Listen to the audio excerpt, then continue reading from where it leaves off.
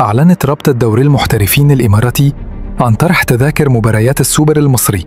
النسخة الجديدة 2025 رجعة من 6 إلى 9 نوفمبر في إمارة أبو ظبي، واللي هتجمع أقوى 4 فرق في مصر: الأهلي، الزمالك، بيراميدز، وسيراميكا كليوباترا.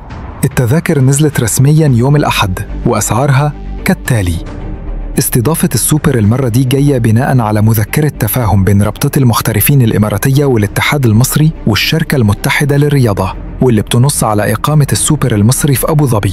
أما الجدول فمولع.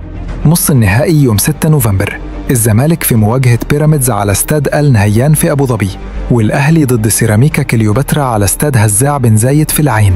ويوم 9 نوفمبر عندنا ماتش المركز الثالث على استاد آل نهيان، وبعده النهائي الكبير على استاد محمد بن زايد في أبو ظبي، ودي المرة التاسعة اللي بتستضيف فيها الإمارات السوبر المصري، والسادسة اللي ملعب محمد بن زايد بيحتضن فيها النهائي.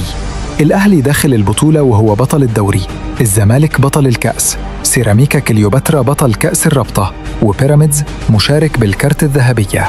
الأهلي هو الأكثر تتويجاً بالبطولة ب15 لقباً، والزمالك وراه ب4 ألقاب. تفتكروا يا جماعة مين اللي هيحسمها السنة دي؟ قول رأيك في الكومنتات، وما تنساش اللايك والاشتراك علشان يوصلك كل جديد.